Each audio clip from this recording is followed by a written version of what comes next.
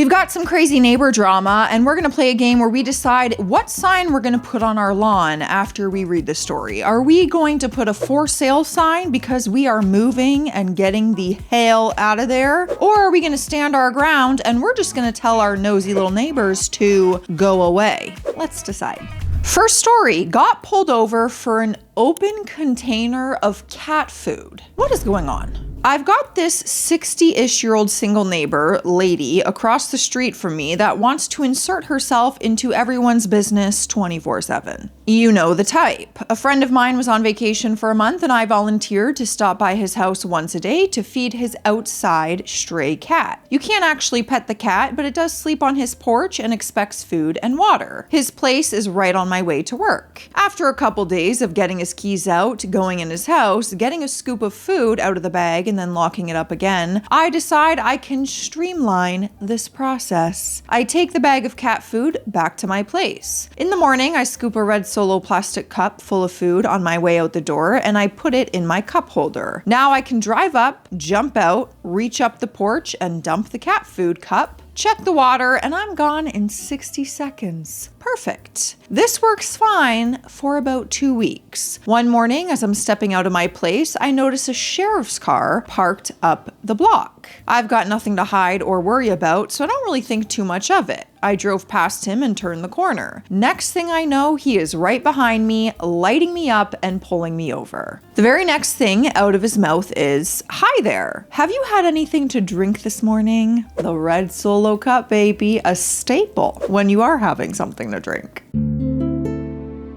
I'm already gathering up my license, registration, and opening the app to show my proof of insurance, but I know the routine. Looking a little surprised, I said, "No." He motions towards the center console and says, "What do you have in the red Solo cup?" For a second there, I'm thinking, what red Solo cup? Oh, the cat food cup. I pick it up and I shake it. Cat food. He looks completely confused by this. I tell him that I have to feed my friend's cat on the way to work and this is the easiest way to do it. Just dump it in the bowl. He kind of chuckles a little bit, takes my license and registration information back to his car and says, "I'll be back in a second." After presumably running all my stuff, he comes back and laughs and says, "Yeah, sorry, we got an anonymous call that you were leaving the house every morning with an alcoholic drink in your hand." He apologized again, gave me his business card in case I had to show the boss why I was so late to work, told me to have a nice day, and I went on my way. I just knew this was because of the lady across the street. So the next day I walk out and I start my car. I can see her standing on her porch doing the looking, but trying to look like she's not looking. I come out with a bag of cat food and I look her way and I yell, "Good morning, neighbor," making sure that I was facing her house with a bag of cat food in one hand and the red cup in the other hand. I made a big exaggerated scoop out of the bag with the cup and I held it in the air for her to see. Then I set the cat food down in front of my door and driveway, and that is how I got pulled over for an open container of cat food. Of course, it's absolutely ridiculous. However, if she did actually think you were drinking and driving, because I would never guess that there was cat food in a random red Solo cup, she was trying to protect the community, some would say. But you did say that she is very nosy and calls the cops and has to know everything. I feel like we can stay living here, put up the sign that says go away, and I think you did what you had to do to show her, "Ma'am, it's just cat food. It's not a Jaeger bomb in this cup." Next story, neighbor didn't pay me off and is now paying the price in court. I moved into a tight-knit community years ago. I live next to a couple, we'll just call them John and Jane, 60s, and their daughter Sarah, 40s. It's important to note they do have FU money. Sarah is also one of the least intelligent people I've ever met, which is why she's living with her parents. They are ignorant beyond belief, likely a result of never being held accountable for anything in her life. I would usually feel bad about saying something like that about someone, but she thinks their dogs biting others is funny.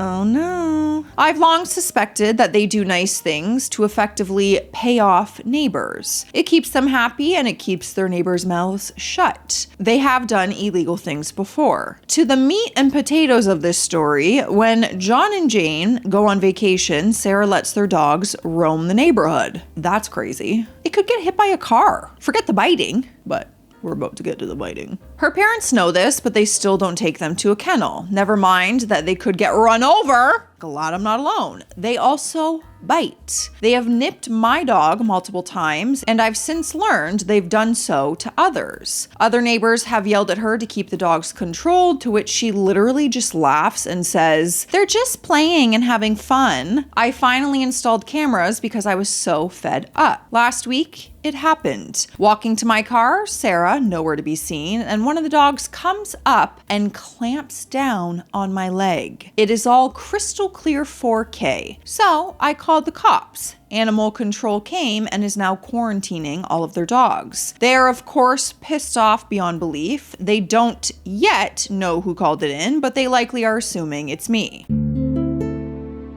I overheard Sarah outside yelling, "What a biatch," to someone on the phone. She also genuinely doesn't understand why they need to be on leashes, complaining to other neighbors that it just doesn't make sense. Maybe it'll make sense if they keep getting fined and given court dates every time this happens moving forward. It actually doesn't make sense that you don't realize why they should be on the leash. Like, what? What do you mean? I would really struggle. I would really struggle dealing with someone like that. The universe knows. Don't put me in that position, please. I think that's why I don't have a house yet. I mean, if a dog is biting me and has nipped at my dog and a bunch of other dogs, I'm putting a for sale sign. Goodbye. I'm out of there. No way. I'm not taking that chance. Oh my God, little Lila? She could fit in a dog's mouth if it's the right size. A chew toy. Lila's like the size of a big squirrel, a really big one. Next story, I'm convinced the girl next door is a sociopath. I'm so intrigued as to why. When my daughter was 4, she made friends with the girl next door, who was 6 years old at the time. I'll call her Sam. We figured out quickly that something wasn't right. The parents seemed really cool. Mom used to be a teacher. Their kids are very intelligent. But the girl was manipulating my daughter in subtle ways. She was constantly lying and scaring my daughter. It got to a point that my daughter was terrified to be in her room at night and couldn't sleep because of Sam telling her scary stories and then making her promise not to tell. There were many red flags, but that was the last straw. Without going into detail about what all happened, I told the mom that the girls needed a break from playing because the age difference is just too much. The mom was defensive, saying that her daughter loves mine and she wouldn't purposely hurt her, and she's just immature for her age and blah blah blah. My daughter is now 8 and my son is 10. Sam is now 9, almost 10. We have an open area in our backyard where lots of neighboring kids, mostly all within a 2 to 3 year age difference, get together and they play. Sam started coming around again. The dynamic changes every time she comes around, but I don't single her out, and I have continued holding the same rules for every kid who is in our yard. Yesterday, my daughter decided to spend her birthday money on some little character figure toys that were kind of pricey. My son also got some of those characters. Sam loves these particular toys and has a lot of her own. I noticed that she had been competitive about it recently, telling my kids, "I have more of these than you. I have a bigger dollhouse than you." But my kids were excited to show her their new toys and to play with her. A few minutes into playing, my daughter came into the house sobbing because she already lost one of her new toys. We're all thinking the same thing, right?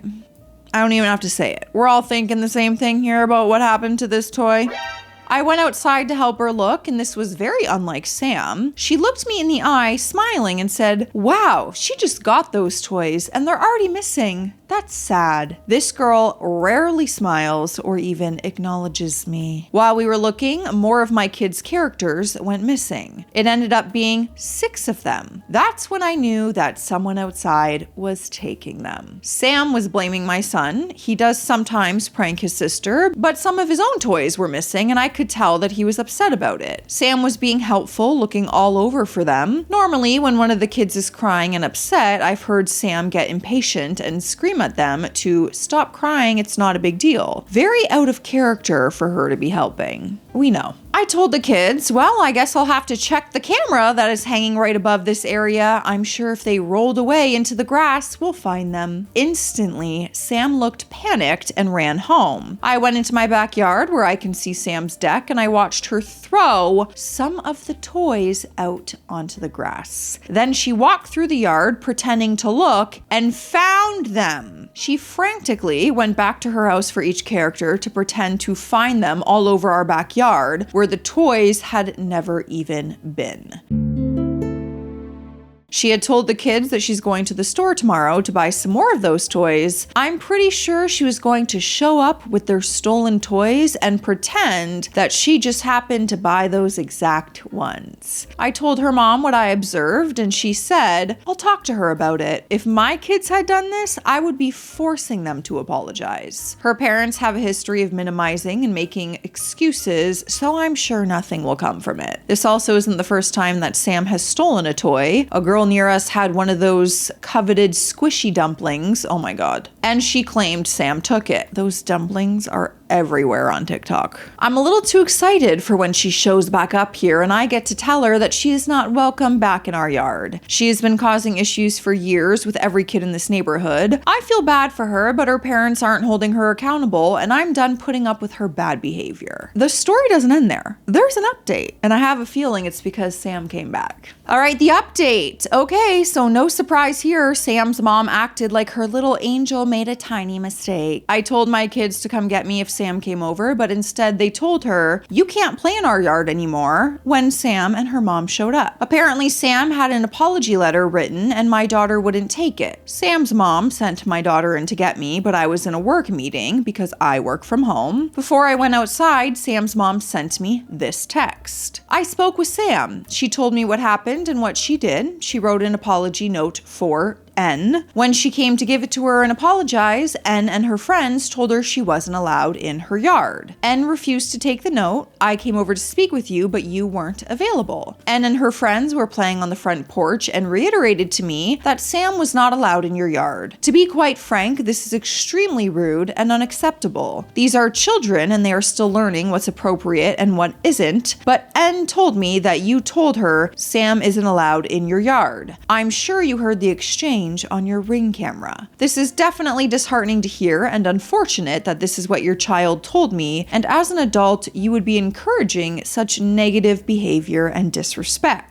Children are learning and will make mistakes and even do things that are wrong. It is up to us parents to tell them why what they did was wrong and to help correct the behavior, not demean or demoralize the child. I was so taken aback. I barely had time to process this text before I went to talk to her in person. Y'all, I am so bad at clearly articulating an issue in person. Sam's mom gave me this dramatic story about Sam admitting to it, saying that Sam didn't know it was wrong and she just wanted to play with the toys and she's still learning and it was a mistake. I told her it wasn't just this incident. We have seen a pattern of behavior issues that have been difficult to deal with. Sam's mom suggested taking a break from each other and I said that would be a good idea. How many breaks do you have to take from each other though? I awkwardly tried to stumble through some other stories about the pattern. One thing I mentioned is that Sam has told some untrue stories that have scared my kids. Like when she told my kids, someone tried to abduct me on our street. The way that Sam's mom didn't even flinch or seem shocked. She made an excuse about the story but didn't address its impact. I mentioned that Sam had told some girls up the street they aren't allowed to play on our street anymore, and I don't even remember her excuse for that. I didn't want to nitpick and I knew that I was bombing, so I stopped and clarified that we don't think Sam is a bad person. These are just concerning behaviors. I did not suggest therapy. I did not outright say I don't want Sam to play in our yard anymore. She already suggested a break, so it kind of felt weird to say that. I felt like I was on defense because I was caught off guard by her saying that it was demeaning for my kid to tell Sam she can't play in our yard. Now that I read her text again after our in-person interaction, I'm kicking myself for not pointing out it's also rude and unacceptable to steal from my children. My boundary is not a punishment. It is simply a boundary to keep my yard safe for my kids. And I feel like I would look cowardly if I text her after the fact to be more firm about things. Ugh, I am so mad at myself right now for not handling that better. Gotta give yourself time. If I've learned anything as I've gotten older, because acting on impulse is hard. When someone sends you a text or says something and you're like raging or you just want to defense, taking some time to sit with it and gathering your thoughts can be very useful. I'm just just putting up a go away sign on this. I feel like as the kids get older, we can, continue to work through these issues. I think boundaries are important. I think maybe we're just not meant to be friends, We don't gotta hang around each other. We're gonna grow up. Or maybe we just come back in a few years and see if any growing has done. But I don't think we need to move. Just go away. You know what time it is? It's hydration station. Cheers. Hope you're having a good day. Drink your water. I looked out the window and I saw all these wires like hanging over my space. I'm like, what is going on? It's the window cleaners, you guys. Can you imagine cleaning windows from this high up? Are you crazy? Hello. It's just truly insane. Like you're just dangling on this. All that has to happen is these just snap. No way. Could not pay me $1 million to do it. Next story. So this just happened today. I ordered 2 rather expensive designer shirts from Japan to be shipped to the States via DHL. They were delivered yesterday, but I was on a trip and returning today. Upon arriving back at my home, I quickly realized that the packages were not there. We live in a safe neighborhood and package theft is not common, so my immediate inclination was that DHL left the package at the wrong address. This was confirmed when I checked the delivery email and I saw a photo of the packages in front of my neighbor's gate. I don't know these neighbors well. They are 3 houses down and we've never really gotten to know each other. After seeing the picture, I walked over to their house to see if my packages were still in front of their house. No dice. I looked around, but I didn't see them, so I rang the bell. No answer. The trash bin was on the street and the lid was left open. Lo and behold, there are my 2 packages, boxes fully opened and ripped up, sitting on top of the recycling bin, waiting to be picked up. I walked closer to confirm, and sure enough, my name and address clearly printed across the top of both of the boxes. I grabbed them from the top of the open bin, and I went back to ring the doorbell again. Again, no answer. So I tried the gate. It was open. I walked up to the front walkway to the front door, and I knocked. I could see someone watching TV on the inside. At first, they ignored the knocking, but I knocked again, and the lady who was sitting there finally got up and came to the door. She answered. She said, "Can I help you?" To which I said, "You have my shirts and I would like them, please." I showed her the open boxes that I was holding in my hands. She hesitated for a minute like a deer in headlights, then sheepishly after a few seconds said, Oh, yes, okay. See, I had ordered some clothes of my own and I thought maybe they just sent me the wrong items. I'll go get them now. She closes the door and disappears back into the house, and about a minute later, she returns with the 2 shirts that I ordered. She says, "Yeah, I was going to donate them. I'm sorry about opening your packages. I didn't even look at the label or anything." She handed me my shirts and I went on my way without making a fuss, but what BS. Mind you, her and her husband are also quite affluent. The houses in our neighborhood are multi-million-dollar homes. I know for one that her husband is an anesthesiologist. Her manufactured story is insane. Am I really to believe that she, number 1, received packages, and then number 2, didn't look at the shipping label on either one of the boxes, which are also clearly marked by the designer of the shirts? And she would have instantly known that she didn't order this specific brand. And number 3 was just going to donate these without looking at the box to see they are her neighbor's items from a few houses down. She was definitely going to keep the clothes for herself and recycle the evidence, the boxes. They are designer shirts worth more. Oh my God! Worth more than $900? Oh my jeez. Okay, yeah, I guess you really said designer. For a couple shirts. Was that what, 2? You'll be lucky if I spend more than $10 on a shirt. No lie. Some people really just absolutely blow my mind. Okay, first of all, raise your hand if you believe this story, because I don't. Even if I didn't look and I opened a package, whatever, immediately when I'm like, these aren't mine, I didn't order these, I'm investigating those boxes. What do you mean? I'm gonna be like, what are these? I didn't order these, and I'm gonna start looking into it. I'm not buying it for a second. I'm not moving over it, but I'm certainly not buying your story, and I'm putting up a go away sign. I think it's a good thing that you're not friends with this neighbor. Now you know that you probably don't want to get to know them. Next story, the kiddie pool of torture? I'm concerned. We've been living in our house for 7 years. About 4 years ago, our neighbors were selling their house and we mentioned that our good friends were looking to buy. One thing led to another and our friends were able to buy the house next door. That's so fun. It's like an episode of Friends. Having your apartment, that's the dream. I really need my friends to move to Toronto. My husband and the couple grew up together and even lived together for years in their 20s. We were at each other's weddings and things have been great until recently. It was always kind of a joke that they lived in their own world, and it's very much the Mr. and Mrs. X show at all times. They are on their third child and they have begun taking a lot of liberties without asking or even considering us because it's easier for them or because they like the aesthetics better, in quotations. We have kids too, but now it seems like their needs or wants take precedent over ours. Even though we're supposed to be good friends, they aren't extending the courtesy whatsoever. There has been another incident aside from this one where we actually had to point out to them that what they were planning wasn't exactly cool. They were both surprised and dumbfounded. I don't know if it was the fact that we didn't like their idea or that we opposed it. The latest thing is the kiddie pool. They live on an acre of land, yet they insist on putting the kiddie pool right next to our house, directly in front of my dining room window and directly under the window of my office and our bathroom. I work from home and they know this, yet they still insist on putting the pool there because they like to watch the sunset from there. FYI, there are multiple water sources on the property. I don't know, you live on an acre of land and the sky is pretty big. You can't find another place. The sky is very big. How big is the sky? How would you even measure that? I certainly wouldn't. I bet Matt could do the math.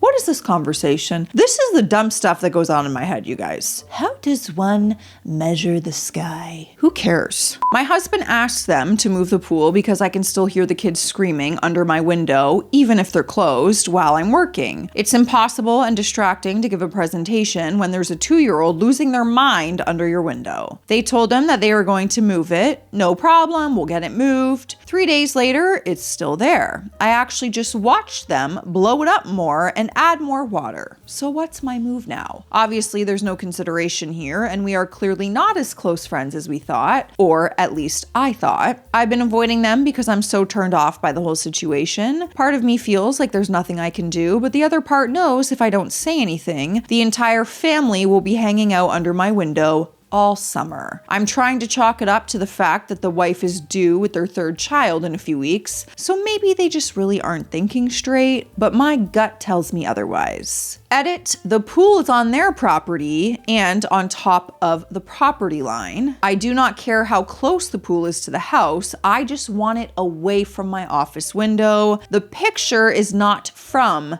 said window. Okay, we have a picture of the pool. Keep in mind, this is not from the office window. I'm curious. The kiddie pool of torture. I mean, you made it sound pretty morbid, to be honest. Oh, yeah. I mean, that's not even the window, but that's close to your house. It honestly looks like it's your pool. That's how close it is to your house. Look at all the land. I'm so curious why they put it there. Because it's true, if you just moved it down, you get the same sunset. Oh God, look at the property in that house. Not the point of the story, but wonderful.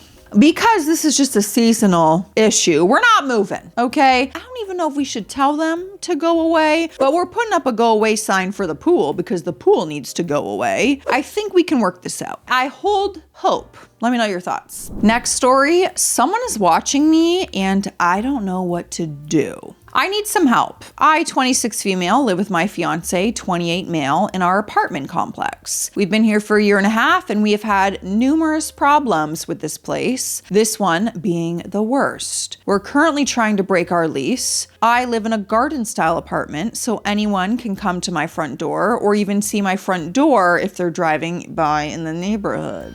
I watch way too much true crime for that. My apartment also has big windows, the biggest living room window facing a covered parking area with about 5 spaces. There's this big black truck that's been under the paid covered parking since we've moved in, and I've never thought anything of it. until recently. If you look out my window, you can see directly into the front seat of this truck, which means if you're in that truck, you can look directly into my living room. I see the man who drives the truck almost every day. We've never spoken, never waved, nothing friendly, but nothing rude either. Just neighbors aware of each other's existence until 3 weeks ago. I don't know why, but 3 weeks ago I started thinking that it was funny how this man leaves to go to work at the same time I do. It's a weird time in the morning, past the usual 9 to 5 shift slot, but hey, if I have an untraditional job time, so does other people. Then I realized that this man gets to his car early and just sits in it, like 30 minutes or longer. Again, maybe nothing, maybe he needs his time alone or hates his roommate or something. Then I realized that this man does not start his car until I start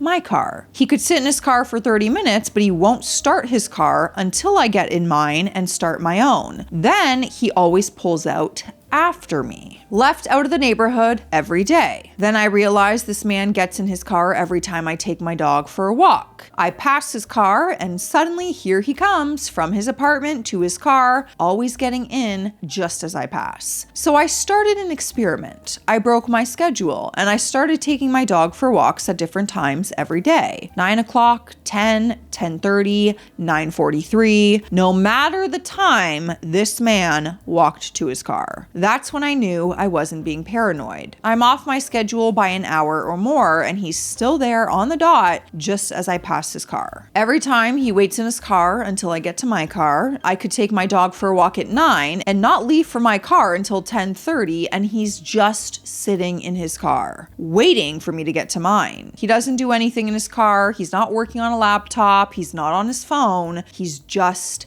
sitting there. I've seen him. He watches me walk my dog, and I've caught him looking into my windows from his truck. Since I've noticed this, I'm reasonably being a little more observant, a little more on edge. 2 days ago, I got to my car, and this man peeled behind me. I found myself sprinting inside and quickly locking the doors to my vehicle, and I watched him from my rear view mirror. He got out of his car, looked at me, got back in, and left. Turned left out of the neighborhood. I told my parents yesterday. I told them I didn't want to make a big deal or be paranoid, but their reaction told me maybe I wasn't making a big enough deal. My mom came and watched me from her car today. We didn't interact. She just wanted to observe. I took my dog for a walk earlier today. The man gets out, gets in his car just as I pass, watches me from his car. I get in mine. I quickly leave the neighborhood for work, and now I'm scared. I think he clocked my mom because my dog recognized my mom's car and pulled in her direction. My mom told me that he stared at her. He slowly drove past her car and then turned right, not left. Like he thought my mom would follow him. He's never followed me outside the neighborhood that I'm aware of. He just watches me. Half my brain is telling me that there's just some creepy men out there and this stuff happens and I'm okay. The other half is telling me, yeah, he's watching me and nothing has happened, but what if things escalate? That's how it starts. What if he's just been waiting for the right time? What if his clocking my mom is a bad thing? I'm now scared to go home. I don't think the police will do anything because the man hasn't done anything. I want to move ASAP. Does anyone have any advice? Has this or something similar happened to anyone else? What did you do? For sale sign, absolutely moving that day, never sleeping there. I would rather sleep in my car somewhere else in another country, to be honest. No frickin' way am I staying there. He's fixated